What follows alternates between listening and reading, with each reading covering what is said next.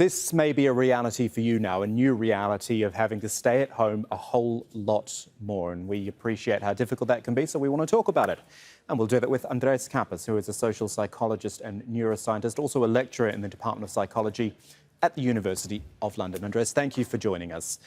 I feel like it's a step-by-step process, and maybe the first step for people is just having to get over the idea that this is just how it is now. There isn't a lot you can do about it, and you need to almost get over that psychological hump before thinking about anything else. Yes, that's a great observation. I think we all crave kind of like a feeling of control over our lives, and we all have to give that somewhat up. And I think for some people that might actually kind of be expressed in a very, not in a good way, such that they are trying to get the control back over their life. And I think the best way to do it is to consume, to worry more about the coronavirus, to consume a lot of news, to try to kind of make up for this feeling of control, by this illusion of control, by watching TV, by watching the news, by checking Twitter, by seeing what's going on Facebook, kind of trying to get this feeling back. And that might feed then into the worry about what is going to happen with my life. So I think one of the things we should realize is that more information, more watching TV, more news is not the solution. If you catch yourself being overly concerned with the situation, you might want to kind of restrict your media consumption and stay away a little bit from that. Yeah, not a bad time to put the phone down, isn't it? Tell me about the links also between physical and mental health. I think a lot of people will be worrying about physical health and thinking, I need to try to keep fit. But that presumably can tie in and help with people's mental health.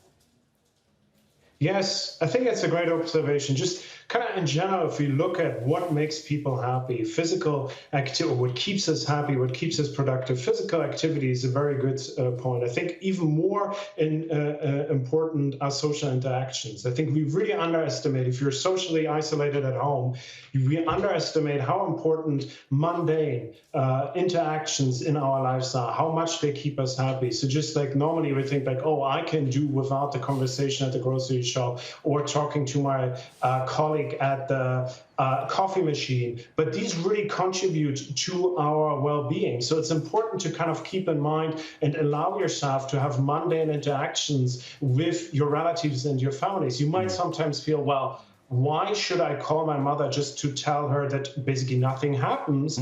I shouldn't call her, but you should give yourself the permission to kind of have ordinary, boring conversations with others, because they really contribute to our feeling of happiness and being connected to others. Yeah, I think calling your mum is always good advice. One thing which is different in the situation we have now is that it is open-ended, isn't it? Often if you know maybe you were ill or you've had an accident, you broke your leg, you know you're going to be at home for 4 weeks or 6 weeks.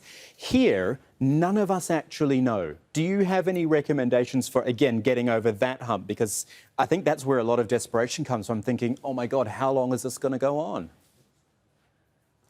Yeah, and I think it's also in some ways like it's a natural response, right? You're in a situation that everyone tells you is severe, is important, that restricts your life, but they can't really tell you much. There are very different sources of information telling you different things. I think the biggest advice I can give here is just to kind of find something in your life that you might focus on instead. So yesterday when I was out and trying to do some shopping, I saw a lot of people rushing to the DIY stores, to the hardware stores, to the gardening centers. And I think that's a very good idea to kind of say like, okay, get a sense of control, get a sense of achievement back into your life by having a little project, by trying to improve your garden, by trying to improve your flat, or maybe just learning a new language. That gives you this feeling back that you're in control, that you can achieve things. And that might also get you away from being preoccupied with the uncertainty of the situation. So instead of kind of trying to focus on it, say you know what you're supposed to do, there's nothing else you can do, okay, let's leave that, let's focus on something else that can give me some feeling of control and joy and achievement in my life.